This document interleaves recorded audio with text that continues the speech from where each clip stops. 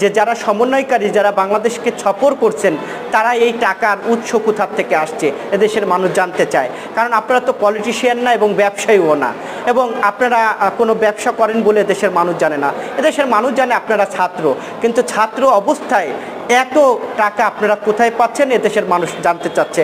জনগণের মাঝে এখন প্রশ্ন উঠছে যে তারা বাংলাদেশে প্রতিটি জায়গায় সফর দিচ্ছে একটি প্রোটোকলের মধ্য দিয়ে। এই প্রোটোকলের মধ্য দিয়ে তাহলে এত টাকা কোথায় পাচ্ছে দেশের মানুষ জানতে চায়। কাজেই উপরে থুথু মারলে কিন্তু নিজের গায়ে অনেক সময় পড়ে। তারা যে বক্তব্য দিয়েছে আমাদের দেশনায়ক তারেক রহমানকে নিয়ে, এই বক্তব্য নিন্দনীয়। আপনারা যাদেরকে নিয়ে কুরুচিপূর্ণ বক্তব্য দেন, তাদের যে রাজনৈতিক বয়স, সেই বয়সটাও বোধ হয় বর্তমান যারা সমন্বয়কারী আছে তাদের হয় নাই। এই যে আজকে ফ্যাসিবাদের পতন হয়েছে, এই পতনের সব রূপরেখা দিয়েছে দেশনায়ক তারেক রহমান। এবং দেশনায়ক তারেক রহমান যদি না থাকতেন তাহলে অনেক রাজনীতিবিদরাই ভেসে যেতেন, তাদেরকে পাওয়া যেত না।